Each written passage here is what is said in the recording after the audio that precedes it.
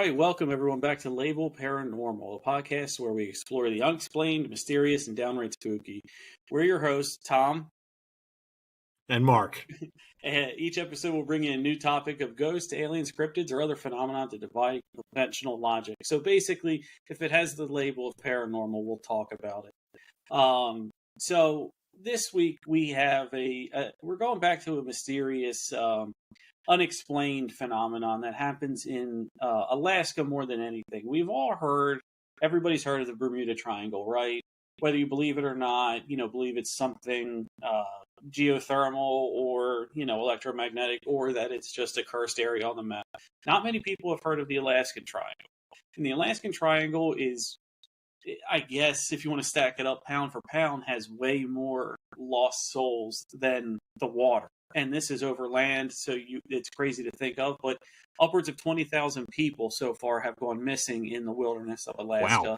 Wow. And most of them, to be fair, they don't leave anything behind, and that's sad to say. But these people seem to vanish mysteriously, not found later, not maybe, I'm sure that counts for some of it, murders, things like that. But these people have just seemingly up and vanished into thin air.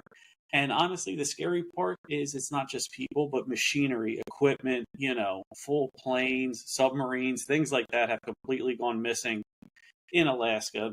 Many major motion pictures have been made about this subject too. One that comes to mind is the Fourth Kind, and which I love. That was a great movie, definitely great. I love the ones that blur the line and show sort of like real footage or found footage. I do have a favorite of those as well. But that one tried to explain the mystery of alien abductions in Nome, Alaska. And, the triangle, if you were to take a map and look at it, stretches basically to the Canadian border, to the middle of Canada, to the very northern tip to the middle of Alaska, to the very northern tip, and then back down. So it doesn't encompass the whole bit of Alaska, and I guess that just goes to show you how big Alaska really is. But there's a lot of phenomena that happen in that triangle, and in that triangle there are cities. There are populated areas. It's easy to say if it was, because when we think of Alaska, we generally think all of it is wilderness, and honestly, a lot of it is, but there are big cities that can account for these, for people and major populations. The little adventurous part of me says, Alaska is our last great frontier. It's our last great wilderness. We don't have that anymore. And I know you can talk about the Pacific Northwest and things like that, which there are areas of that, but Alaska, the surrounding population there's no comparison to what the population of a Washington or Oregon brings. So, I do think it's the last great wilderness. Is it we'll dive into what theories we could have, but let's get started with talking about some of these mysteries in Alaska, right? Let's get started and dive into them. So I don't want to have a starting off point, because when you have mysteries, there is no start, right? It always was like that. It's just until we started noticing. So I guess we started noticing mysteries at the time of right around end of World War II, beginning points of the Cold War. Alaska was a major front. It was a major point because I believe, here's my geography failing me, but I believe it's only about 35 miles or so from the one point of Alaska to Russia. And, it's an area where, people thought, hey, if they're going to come over, they might come through this way. So we needed to have more of a military presence in Alaska, right? Because that's essentially our buffer, right? Yeah. Yes, we have Canada. Yes, there's other things, but Alaska is American soil. So we needed to set up a base there. So, and even to this day, to be honest with you, I had friends, when I graduated way back in 2006 that went to the Army. They went and they trained and did all of their, what's it called? Boot camp. I almost drew a blank on work up in Fort Richardson in Alaska. Yeah. And, completely opposite side of the United States, really, like the furthest you can go from where we are here on the East Coast. But that's where they went up to, and, it was wilderness all around. And if you're dedicated to training, I mean, what better place? There is no outside activity for anybody to get in trouble with, right? It's beautiful up there. I'm sure they did get in trouble, but it wasn't aided, I should say, by outside cities and population. But so even to this day, it's still a very a major military training facility, training center. And getting back into it, I don't want to dive off topic here, but getting back into the 1950s, we had a Douglas I believe it was 350 or 750 airliner that wasn't so much of a fighter jet. It wasn't a military plane in terms of fighter jet, but it was a military plane that transported cargo, personnel, what have you, to wherever they needed to go. Yeah. And this plane, took off from the middle of Alaska, and I'm drawing a blank actually on the name. It's a C-54D, and it took off from the Biggs Air Force Base. That's where I'm seeing it here. Oh, I'm sorry, Elmendorf Air Force Base, in Anchorage, Alaska. So it took off there. It was flying to Montana, so it needed to go over Canadian Air to get there. The first check-in point, mandatory check-in point, because they have mandatory check-in points back then. I'm not sure if they still do now, but they should. Might. But back then you had check-in points which were essentially handoffs, communication handoff points with the ground. And their latest one was Snag in the Yukon Territory, which it's a phenomenal name. I would love to live in a town called Snag. I mean, just like you snag your clothing on something. That's how it's spelled. That's the name. I love it.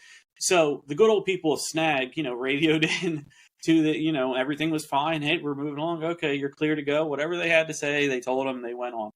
The next check-in point would have been over Montana, I believe, and it never got there. So apparently it wasn't unheard of that people miss check-in points. It's not like all alarms, but the alarm started going up when it never landed and it didn't make its scheduled time.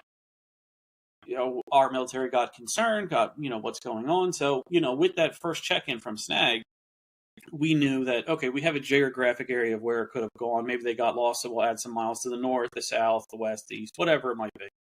And when they went and started surveying this area, with the basic, going to look for a downed airplane, see if there's any survivors, they couldn't find anything. Now, this kind of sounds like the Malaysian flight, but a little bit different because we're not over an ocean that's several, miles deep. This is, yes, it's rough terrain, it's mountainous, but, we can see where the ground is, right? Upon everything. There's no jungle. There's no, it might be hidden under there. We should get some people on the ground. No, you're able to do a good scout from the north, or from the air, I should say, every which way. And not a single thing was found in this area. Back in the 1950s, subsequent searches, years later, after they could not find anything again, they gave them the, they're probably dead, and the message, the next of kin, notification. Not a single piece of wreckage, people, no distress call, obviously with no parts of the plane. I mean, not even wreckage, fuselage, you name it, not even toilet paper from the bathroom on the plane, right? Not even anything. So, some documentaries have come out about it. I know there was one in 2022. I have not watched yet, but I know they still haven't found it, but they were examining the area with more drones and technology that they didn't have back in the day. Mm-hmm. But in terms of kicking off these mysteries, and to make it more modern, I guess, because I'm sure that this has happened for, throughout human history. But if we take it to a modern area, that's a good place to start in the 1950s with what was the first Douglas C-54 that went missing over Alaskan soil. So, not only, I'm going to piggyback off this a little bit, Mark, and then get your thoughts on it. But after that, there was another nuclear plane that was supposed to take off from Elmendorf years later. And it took off from Elmendorf, I should say. It was going to Texas, and it was carrying a bomb, a nuclear bomb. It crashed, and the bomb is missing. And they eventually found the wreckage of this plane that happened there, but there's been no evidence of a bomb that in the Alaskan water, because it did have to fly over some parts of the water, and then the land in the water, it still has not been recovered, and it is one of two that we know. I mean, that we know, and by we I mean the public. Know that is a lost nuclear Yeah. weapon on American soil or right up against American soil. So the idea that this that these things happen, to not only to commercial planes and jets, but to military is scary. And it could even, a part of this mystery deeper is that we lost a nuclear bomb. So what do you think about that one? Well, I have a few thoughts I want to interject. Sure, like you were saying, you had friends that joined the military and they threw them up there into Alaska, and I got friends that did the same. My buddy joined the Coast Guard, and he went right up there, and he would tell me that they were doing drills to practice against fighting off the Russians if they had to, and I thought that was pretty hilarious. Yeah. But about so I also saw on Max that they had this whole TV show about the Alaska Triangle. I didn't even know it was like a thing, like the Bermuda Triangle. And I just started watching this. It's a fantastic show. It's phenomenal. And one of the first episodes is about this Douglas C-130 plane that went missing. That didn't check into Montana. And now you have to realize that going from Snag to Montana, that is an immense region of the Rocky Mountains. Yes, so sure. it is quite perilous. But when that plane went down, they conducted the largest air search ever during the time. Like, I think that they said that they covered like 300,000 square miles of air with all of the U.S. Air Force's planes that not all of them, but the search and rescue planes that they were using. I mean, this is the largest recovery operation by the U.S. Air Force at the time, which is really incredible to think about. And also, why put this much resources into trying to recover a cargo plane that went down in our territory? Like Canadian territory, but we're still, all about that. But why go through such an immense effort to recover the cargo of that plane? That's what's interesting to me. And it's like you said with that other one where they lost the nuke. I'm wondering, did they have some sort of nuclear technology on this plane? Sorry to cut you off. It was a B-36 bomber with a Mark IV nuclear weapon, which is as high as you can get without a radioactive core. I believe now, I might be wrong, and please correct me if I'm wrong, but I believe you can get to, the next step up is an active loaded bomb.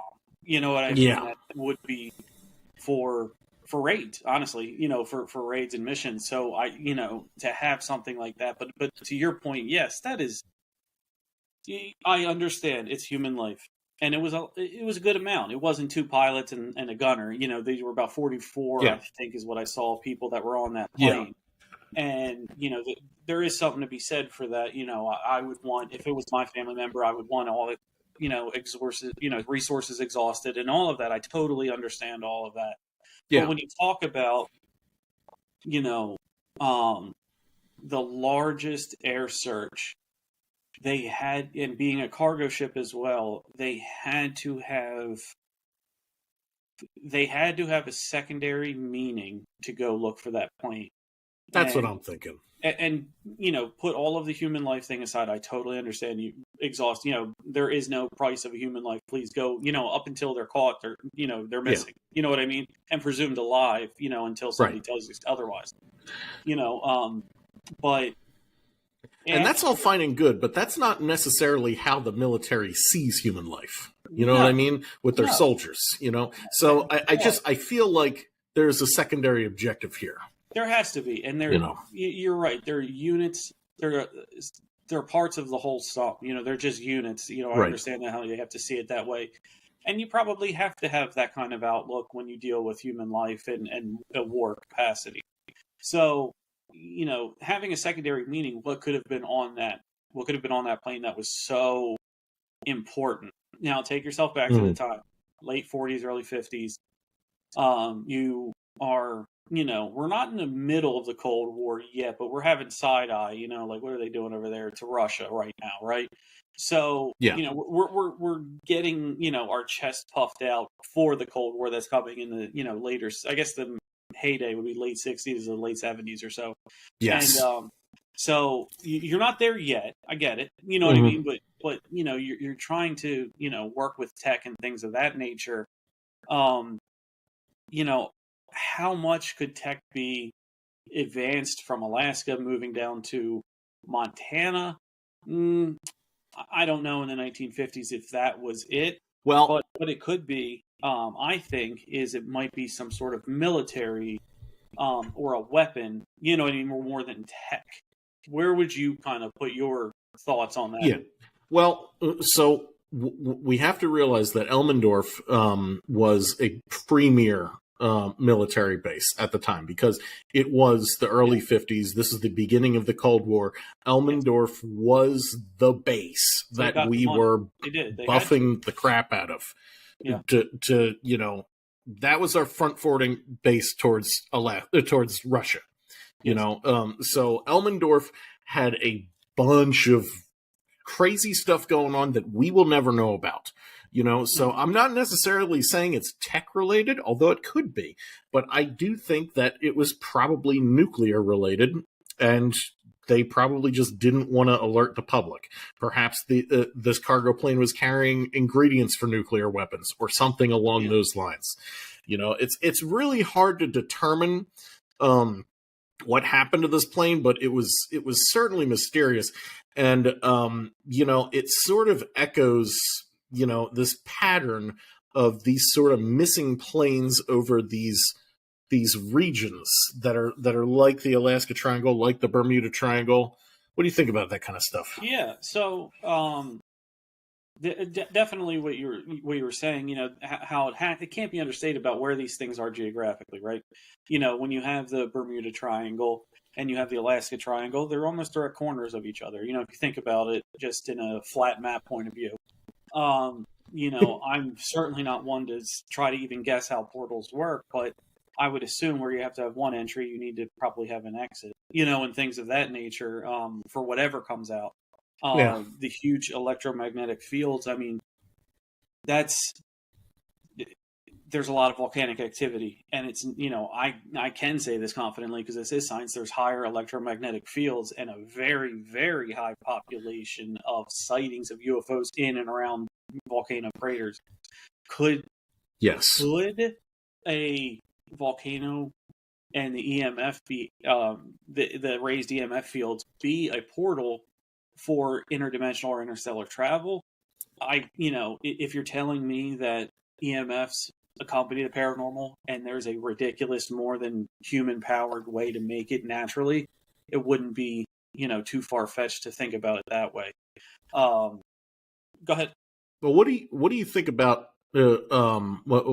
So have you looked into Mount Hayes at all? Because I know of Mount Hayes, but apparently there's some remote viewer was looking Mm-hmm. for something in the region, and they were drawn. Their attention was drawn to Mount Hayes, and it was revealed that there was some sort of alien base that they saw deep within Mount Hayes. And this is like this mountain is so remote. It's next to Denali. I think it's actually bigger than Denali, but they don't actually try to climb this mountain because it's just too dangerous to even attempt. What do you think about Yeah, I mean, that stuff? Mount Hayes, and I'm not going to try to be an expert, but Mount Hayes had, if you look into the paranormal of and UFOs up in, Alaska or the Northwest, you do hear about it because of, being a remote mountain. Um, you know, I have to think, where there's smoke, there's fire, and where there's larger than natural EMF detections in Mount Hayes than even um, other, mountainous or volcanic areas. if you're going to go to something and do some kind of dangerous travel, you want to have the safest one possible. If more EMF means it's safer, then it's not unrealistic to think they're going to go to that one. And they're going to pick one that's out of the way. Case in point, Alaska. If you're going to make yourself known and you're going to have weird experimentations in the Cold War with nuclear things, where are you going to put it? Are you going to put it in the middle of New York City or a New Jersey base or a Philadelphia base or Chicago? No, you're going to go to Alaska. You're going to get a winter jacket and you're going to build a bonfire and you're going to work on nuclear shit. That's what I think you're going to do, because you know what? We know it's dangerous, and if it blows up, well, they're all the way over there. You know what I mean? Yeah. So they're in the middle of nowhere. There's a lot of things that make sense with this. But in getting back into the natural wonders, I guess, of Alaska and things like that, it's very odd. It's very odd that we would want that piece of land. Now, here I'm going to get into the 1950s and buying the land, you know what I mean, or 1940s or so. Go for it. And buying the land. What did they see up there? I understand you have the land bridge. I understand you have the connection point where you're almost to the Far East, basically. You know what I mean, by connecting Alaska to Russia. I get all of that. Yeah. But Canada could have had that, and we could have put hey, we'll help you out, and we'll have an Air Force base up here.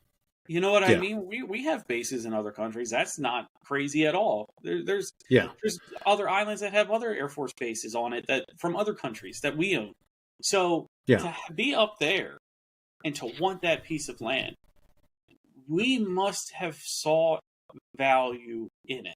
We must have sought value in whatever it was up there. And you know how I always say this, but the government is amazing at, hey, look over here, but their really point is over here. You know what I mean? They want to get you to look elsewhere.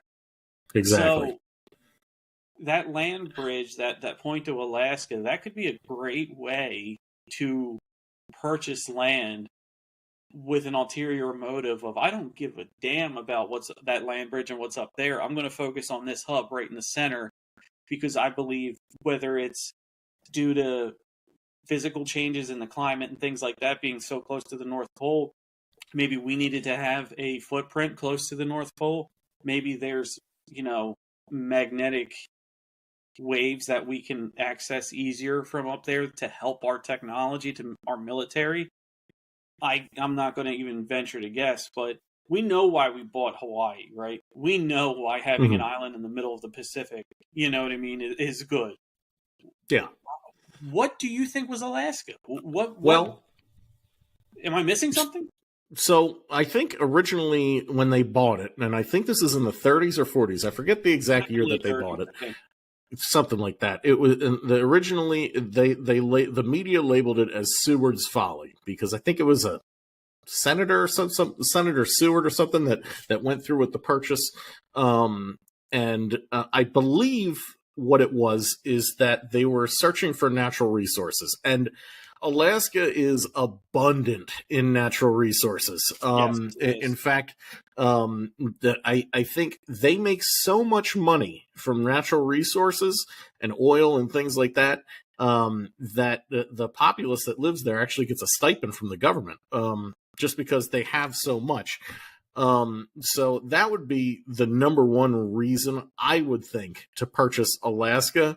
But initially, it was so far out of the way that, it's kind of like, you might as well just leave it to the Canadians. But, I mean, the fact of the matter is, there is a lot of natural resources up there. Now, was there other ulterior motives? Probably, as there usually is. Was it related to alien bases? I don't know. I mean, from what David Grush says, we have these crashes going back to the 30s, Who knows what they knew back then? Maybe they figured it out. I mean, we love to be isolationists or non-geographic isolationists, where we need to have it and no one else can have it, right? Whatever it might be, nuclear or UFO. So there's definitely that pattern in our history of that. Yeah. But, one thing that was a perfect segue that you led into was another disappearance in Alaska. This time, as if military personnel wasn't important enough, which, if you were to rank lives to the U.S. government, they're up there too. You know, they're more than us. I'll tell you that. But you know, you had two you had two senators disappear in Oh Alaska as yeah, well. Did you see that about Boggs? I And heard about the this. gentleman who is Yeah. named Nick something. Oh, Bigetch.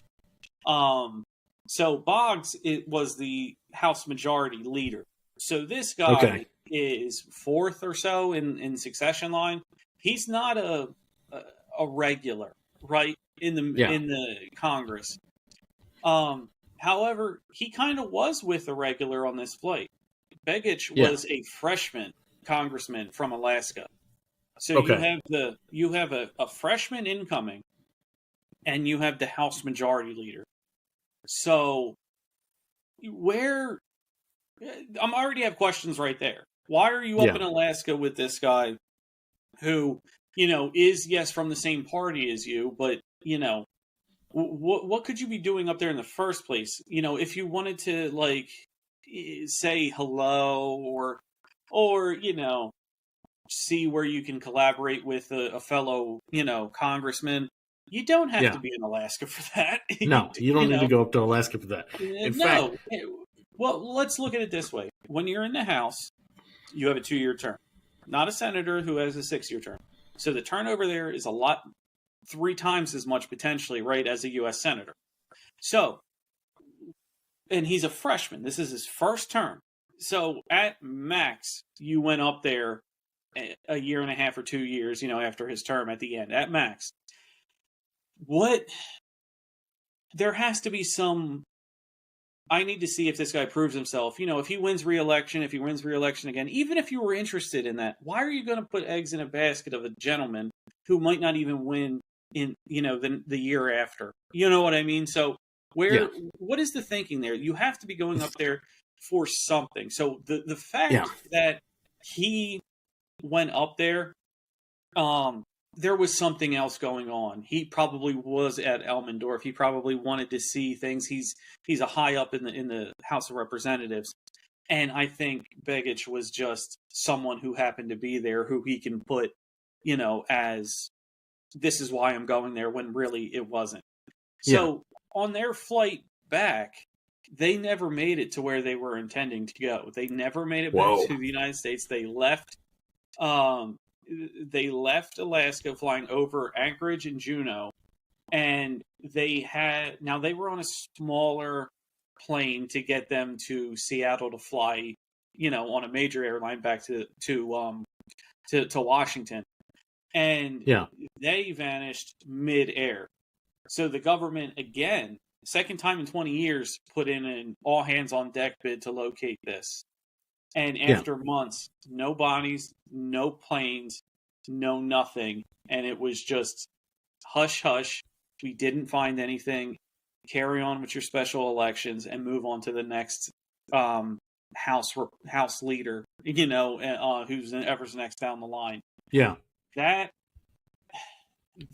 is a little bit eerie to me, because now it's your own people that are getting attacked or downed or what have you. And only the other one had years of looking for this plane. This one had a couple months, and then that was it. Mm. See, this reminds me a lot of, I think it was John Kerry went down and visited Antarctica for some reason after an election. It was either the 2016 or 2020 election. I forget which election it was, but he went down to Antarctica for some unknown reason. And it really reminds me of that, like, and especially after these guys disappear afterwards. They're politicians. They go up to some remote Arctic place, and then they go missing on the plane ride back. You know, like, how did, like, what happened? Like, what are we missing here? You know, because it's not like, you know, politicians don't just fucking disappear. You know what I mean? No. And you don't just leave them. Yeah. You know what I mean? Like, you just don't leave them. They don't Just let them go. Oh, that's it. But that's what they did. They turned that blind eye to them. They said, "Oh, well, I don't know. You know, I Yeah. tried. We called it all hands. We couldn't find them." It's almost as if one, the plane never left, and Yeah. whatever plane that did leave was making other people think that that was that plane, Yeah. or it completely mysteriously vanished. And Yeah. you know, the mystery isn't so much a mystery, you know, to people who research it. If you're in the air and you're taken out of the air and there's nothing on the ground, that happens to be, you know, your entire plane was abducted. Your entire, Yeah. your entire, you know, a portal was open for you to go through. You know, and there's, you know, a lot of it, a little bit reminds me. I don't know if you've read this short story or seen the movie The Langoliers, where they fly through a from Stephen King, where they fly through like the Northern Lights and they end up in an alternate dimension. Oh wow, no, It just, I never. Yeah, yeah, that's it pretty just cool. makes me think of that a little bit. I Yeah. own it. It's one of those ridiculously long, like 3.5 hour made for TV movies, but I Oh still have man. it. Yeah. Well, anyway, you know, it almost reminds me of like they were just flying, and when they, you know, they left our realm and went to someone else's, and Yeah. there's no way to get back, or they have not figured out a way to get back, at least yet. Yeah. So what this reminds me of, have you heard of the town of Ketchikan, Alaska? I have. Because I Have you? watched a show about it. I forget Oh, what well, they're called. great. Yeah. No, that's wonderful. So you might know, where I'm heading with this next is, you know, we have the skies, we have the airplane, the Air Force bases, we have that, but a part in Alaska and Ketchikan, which is basically on the outskirts of British Columbia. It's not really Yeah. up there with, you know, Juneau and It's a you know, temperate climate. it is. So, you know, much easier on, Right. you know, the elements are much easier for people to live in. Yeah. But as the, as the 2010s came about, you know, there were numerous submarine sightings after what you call, I guess, mysterious lights, you know, over the water in Ketchikan, Yeah. which it's on the Sound, you know, it's right, you know, it's a thin town on the coast, basically. So, Yeah. you know, they're right up against the water. So Yeah. numerous residents are looking out, seeing submarines and things like that, which didn't really raise a lot of people's suspicions, and certainly wouldn't have raised mine, because I'm like, okay, well, I know there is a military, you know, footprint up here. Yeah. But when you look at submarines, right, the nearest submarine base is 675 miles away in Washington State. Oh man. That's not a training exercise. That's not even a stroll. That Yeah. is a full-fledged mission to be up and around there. Yeah. And there was so much talk and so much dialogue and so many people being like, what are they doing? You know what I mean? Why are you out here? Yeah. That the US government had to come out and disclose that we are engaging in operations in CFAC, basically, and basically had to blow their own lid on what they're doing over there to help submarines become more unnoticeable in terms of the Wow. sound they emit, or change the sound that they emit Yeah. underwater to avoid sonar detection. Yeah. And, you know, the people really, really had to get on them, or when they really got on them, they actually forced the government to speak, which almost never happens. Yeah. But you know as well as I do, when we're talking about making you look here when it's really over here, I guarantee you that maybe why they're up there is 10% might be that. Yeah, you know what I mean? exactly. And we don't Yeah. know what the other 90% is. Right. So it's been theorized by locals in and around Alaska that if we have tech and we're reverse engineering tech from unidentified civilizations as an ongoing partnership, you Yeah. know, not so much as a downcraft, we take it, steal it, you know, no, you know, we're talking back and forth, that we have nuclear submarines on just a long mission out into the, you know, not regular nuclear submarines that get all the way out 675 miles away from base to engage in trade. Mm-hmm. My next question to you, and I think you're going to know the answer to this, what do we have that another civilization would want? Because it certainly isn't tech. Well, it's interesting that you brought this up, that they have these submarines up there doing stuff. One, I always think the interest from, the NHI, whatever they might be, is in nuclear technology, and most of our submarines are nuclear powered. And two, this is also along the same coastline that, you go, 1,000 or 2,000 miles south, you get to Catalina Island, which is where David Fravor, encountered these Tic Tacs popping out of the ocean.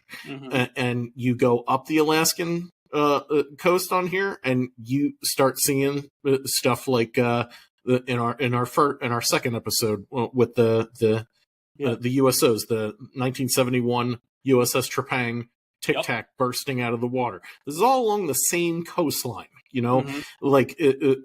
so, and these are engaging with the water. For all we know, what it sounds like is these things are living in the Pacific, so easily our submarines could be up there to monitor this activity, that maybe these things are coming out of the ocean and interacting with Alaskan citizens.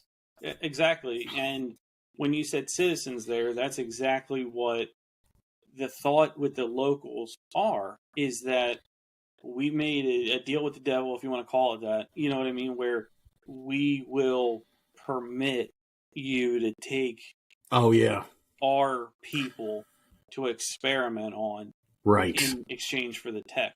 Yeah. Which is a wild accusation. And I mean wild because that's heavy. Yeah. That's heavy. Yeah. But that's your own government conspiring against you. That's the root of all upheaval and revolutions and things like that. That's the start of it. So it's a wild accusation that would, even if it is true, would never come to light, I believe. But secondly, when you have that, to me, it's wild because why do they need our permission to take them? You know what I mean? Why do they need... What is it about our government that they would need approval for? Because if you're going to go with an arms race or anything like that, don't even try. You know what I mean? So what? To me, I'm trying to think what would be the possibility. Why does the government need to sign off on it? I think part of it is actually, some people like to talk about the demonic aspect, like ancient demonology, where you have to give them permission to come in, but I don't think it's that. I think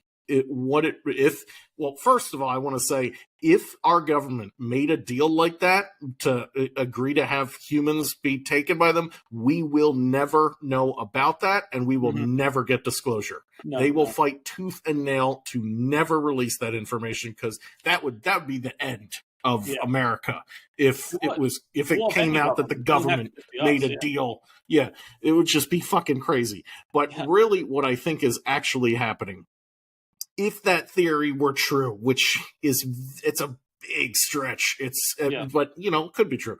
I think there's other ET factions at play.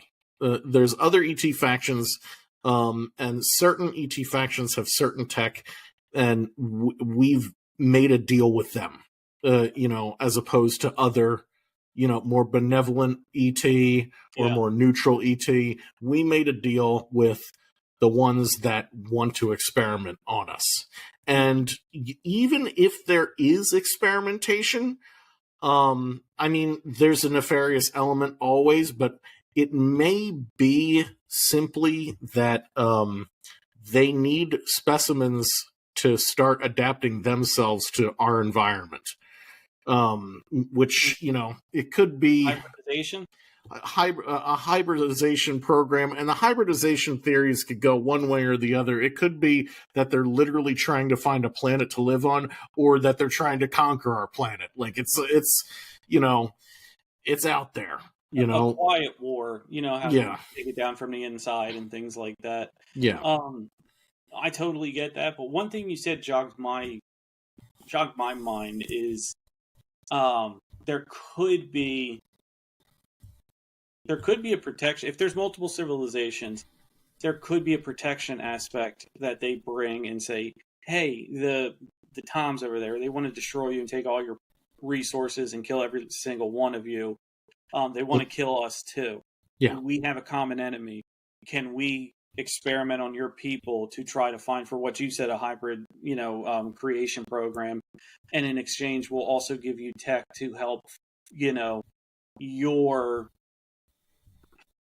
interests. Yeah. But the idea that they see us as Americans and not Earthlings, right, is still hard to wrap my mind around. Oh, because, I mean, what is it? You know what I mean? Has this hybridization gone on long before, and we Americans, or have their ancient blood and Asians have different civilization blood? And who knows? You know what I mean? And that's not for me to get into. Yeah, that could be another episode.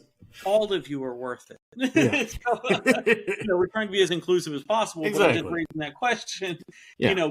could that be where your, Mark, Tom, your DNA as Americans is more closely related to ours, and this creation program could work with that?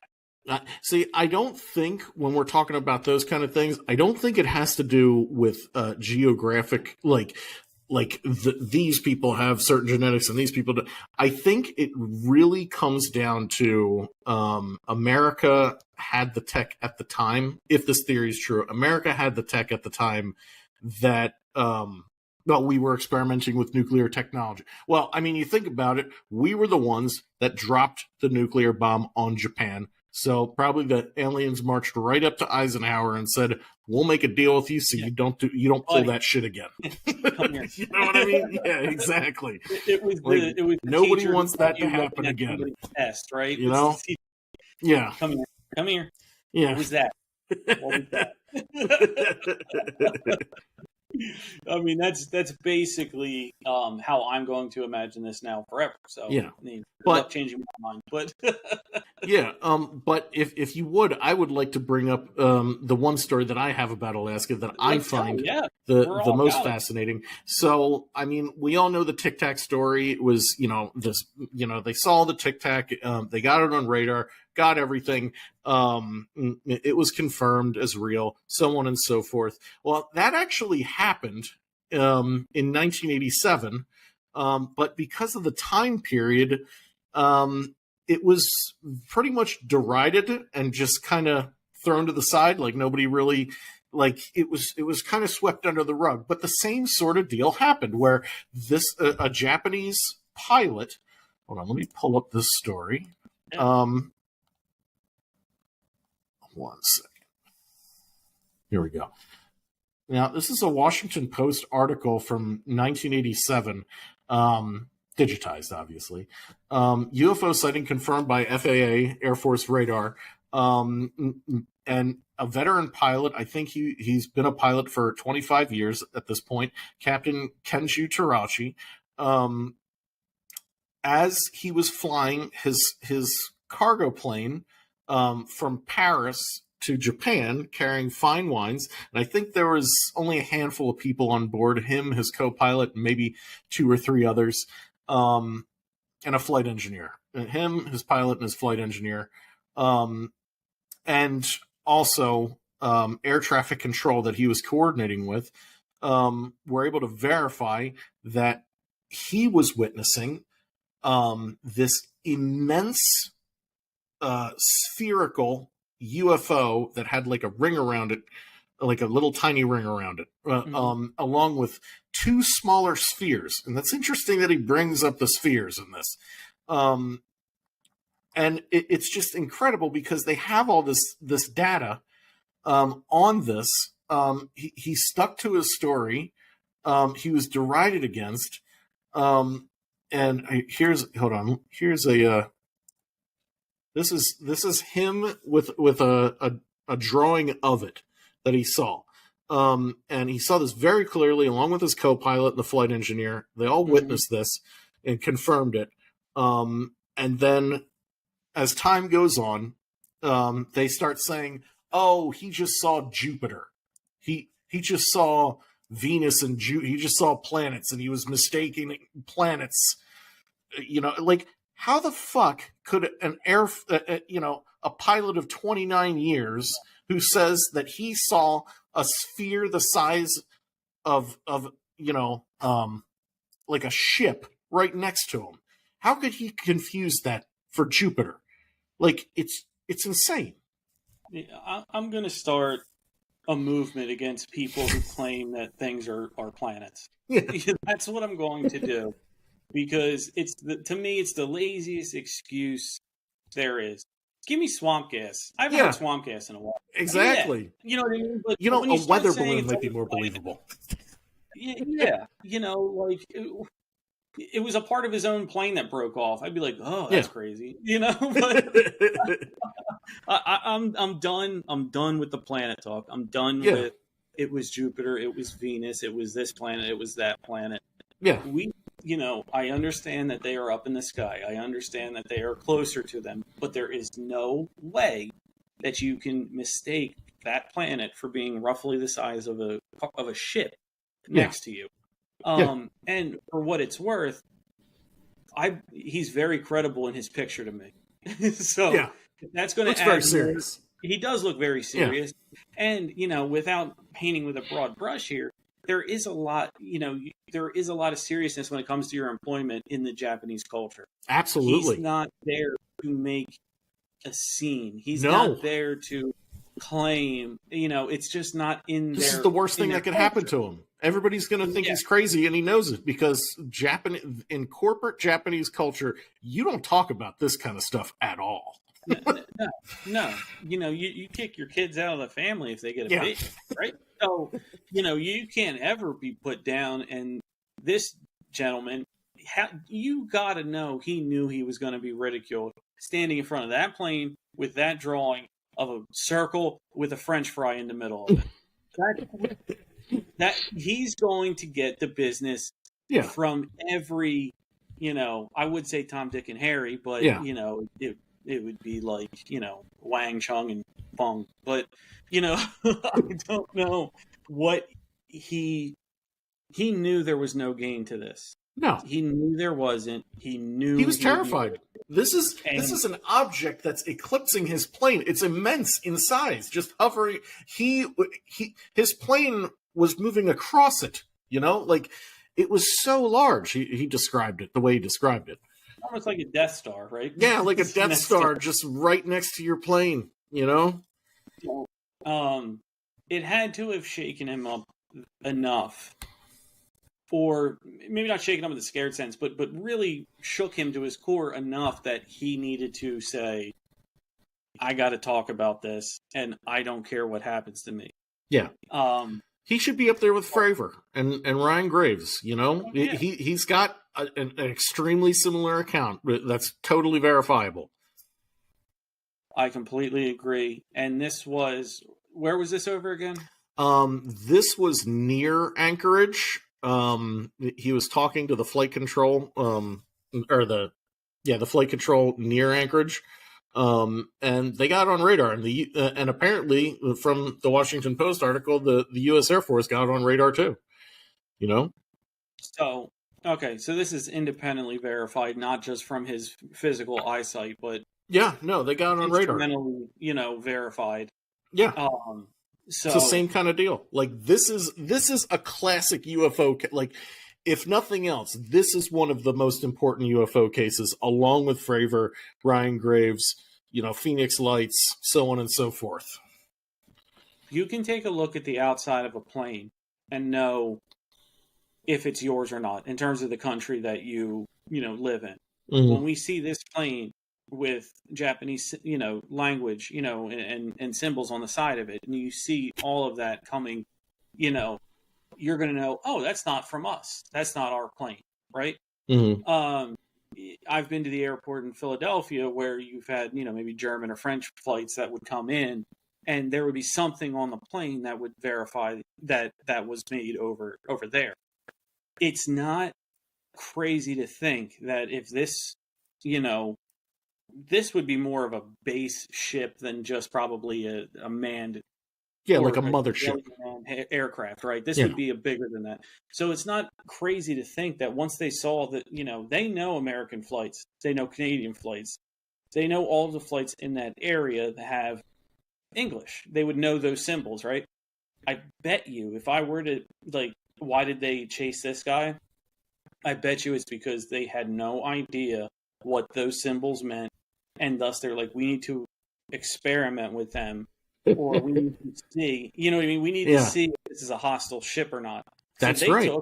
they took an aggressive approach, which Yeah. if you are flying alongside of it at equal speed, close to it, to me that's pretty aggressive. Yes. So And if you're taking an aggressive approach to it and it still does the same thing, I think they were like, okay, this guy's cool, basically. You know yeah, what I mean? Like and this, there's no intent to harm us. the interesting thing that you brought up there is, and we got to get into that 4chan post that I keep talking about, but apparently there's like a giant mothership that lives in our oceans that creates little drone UFOs, and the description of that mothership is very similar to this ship here, where it's kind of burger shaped. It's like a giant burger, kind of, so it's just really interesting how that all matches up. And what you were saying before is that allegedly when hostile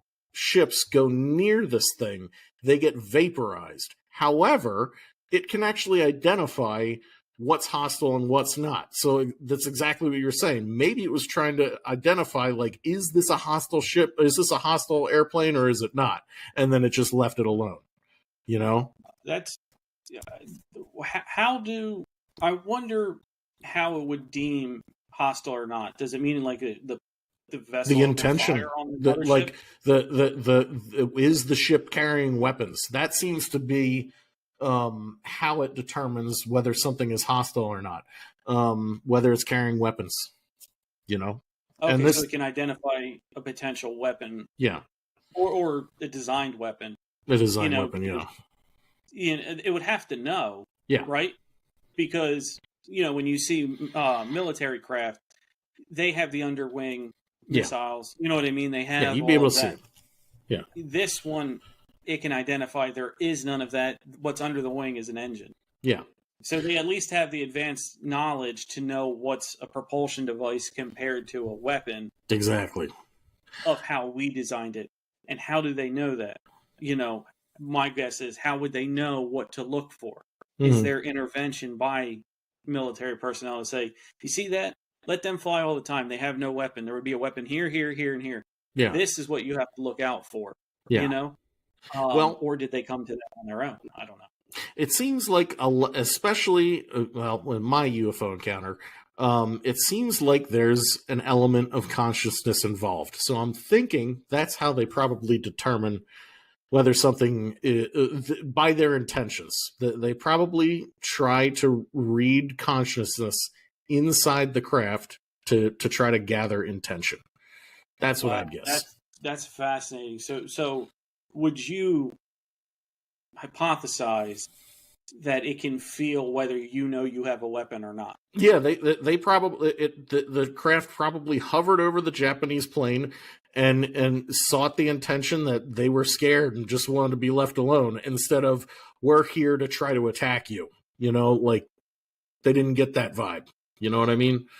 I totally agree. And I guess if I were to play devil's advocate here with all of that, just because you have weapons doesn't mean you're going to use them. Yeah, exactly. Yeah. So consciousness, that would have to come into play. Otherwise, they would just be shooting anything that has a a Tomahawk missile under the wing. You know what I mean? Exactly. Or say this guy had a handgun on the plane. You know what I mean? That's technically a weapon. Could it do anything? No, but I don't think a missile could do anything to it either. No. That's the thing. I wouldn't be surprised if it was rendered useless, even if it was discharged. Yeah. And then the people below have to worry about a falling 2-ton rocket. Yeah. Then that would be bad. But, and that's a whole different type of weapon in the first place. Yeah. But No, I love this story. Thank you for bringing this up, because this one is a phenomenal one, and really highlights. Well, it also highlights a little bit the culture change between different different cultures. Honestly, with how they interpret the Yes. mysterious, because we can talk about it here all we want, but do we have any idea how someone in the Middle East or Australia or Russia or South America know how they feel about it? Yeah. And I bet you if we ask all different ones, we're going to get all different answers too. Yeah. One thing I wanted to get into here before we hop off is my part, and it's the cryptid part. All So right. some of these individuals that have gone and mysteriously disappeared, I can't really say much for planes leaving the sky and things like that, but a lot of the disappearances on the ground, let's call like the wilderness, disappearances, right? Yeah. Where people go off into the woods hiking and no one ever finds them and no one can ever find them.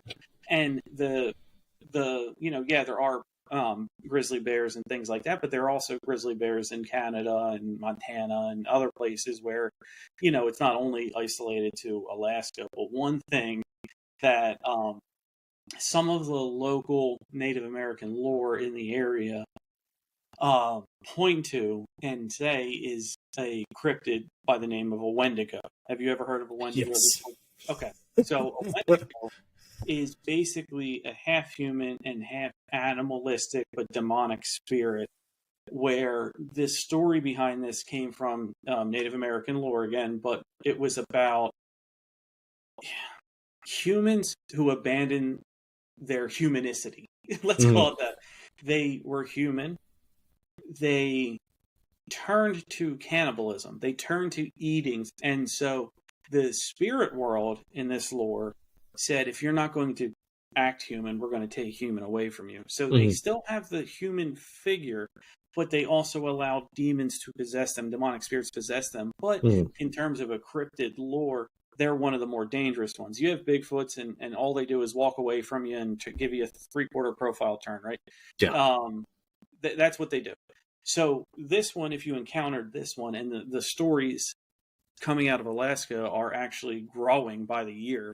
And it's probably, if I were to put my hat on, it's probably deforestation and they're growing, the population's getting bigger, but, so close to even 3 to 5 miles outside of major cities like Juneau, Nome, Anchorage, that they're having sightings on back roads of families running into a Wendigo, which they're characterized by human looking, skin like peeled back off of their bones almost. Yep. Almost a animal like head, but the skin is like still of a human, so it's like wrapped too tight over the bone. And really large hands, like you have regular hand but longer fingers, like elongated type of thing. Yeah. And there are some stories with antlers, some without, so I'm not going to include that just because I've heard both. Yeah. But when you have those, people are talking about, I've seen it, I know what I saw, and I don't have to prove it to you. I am going to take a longer listen to somebody from Alaska who isn't coming to Hollywood trying to sell a story. People are going to them and they're like, yeah, I saw it. Yeah, it happened over there. You know what I mean? And if you're going to believe in afterlife and the spirit world and things of that nature, you need to take all of that into consideration. And the fact that this is based on a Native American lore, rather than a manifestation or something nobody's ever heard of, and now they're saying the new one's there. It speaks a little bit to me.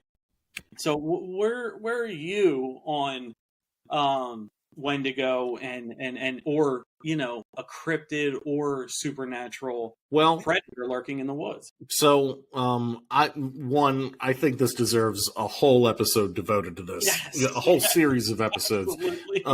Because this is a big subject. Now there's the variant of Wendigo that's like a fucked up deer that's like continuously bleeding. They're giant. And see, the thing is, there's this, there doesn't seem to be a whole lot of clarity on the difference between a Wendigo, a skinwalker, the rake, and the pale crawler. They all seem to be interrelated. Like Yes. you said, that it seems to start out with a Native American shaman practicing dark magic, which requires cannibalism, Yes. and they sort of turn into this fucked up version of a human. And I guess over time, the end result is turning into this sort of monstrous forest demon like Yes. being. You know what I Yes. mean? And I actually think that's also related to things like Dogman and stuff. And I'd love to do a Dogman episode. Oh, yeah. The Dogman. Yeah. Michigan. The Michigan Dogman, yeah. And in the Ozarks, too. There's some pretty crazy shit out there. But, yeah, it doesn't surprise me at all that this stuff is found in Alaska, because it's got the right setting for it. You know what I mean? And if we subscribe to the idea that perhaps the natives were correct and these forests are alive and have spirits that inhabit them, you know, I think that's definitely a possibility. We could be seeing some sort of fucked up forest demon, you know? I completely agree. And I also agree, and loyal listeners, stay tuned, because we will have a whole series. We're going to have a dedicated month basically to these cryptids, because, we talk about everything labeled paranormal. That's our title. So we will not shy away from anything at all. But to put a bow on this, the Alaskan Triangle, to me, whether you want to say it's real in terms of a physical nature, I don't know about that. But the stories of Alaska, whether it's a triangle, a parallelogram, a square, whatever you want to call it, there's something going on up there where a heavy military presence with a low population often will breed weird things. Yeah, that's for sure. Absolutely. So, all right, that's all for this episode of Labeled Paranormal. I hope you enjoyed listening to this topic as much as we enjoyed telling it. And if you did, please leave a like, subscribe to the podcast, leave us 5 stars. We really would appreciate 5 stars. Follow us at social media, Labeled Paranormal, YouTube, Labeled Paranormal, or Spotify, Apple Podcasts, or tell your smart speaker, Alexa, play Labeled Paranormal. Share your feedback, suggestions, or experiences with us by emailing labeledparanormal@gmail.com. We'd love to hear from you. Thank you for tuning in. Thank you so much for listening. Until next time, keep an open mind and a curious spirit. See you, everyone. See you guys.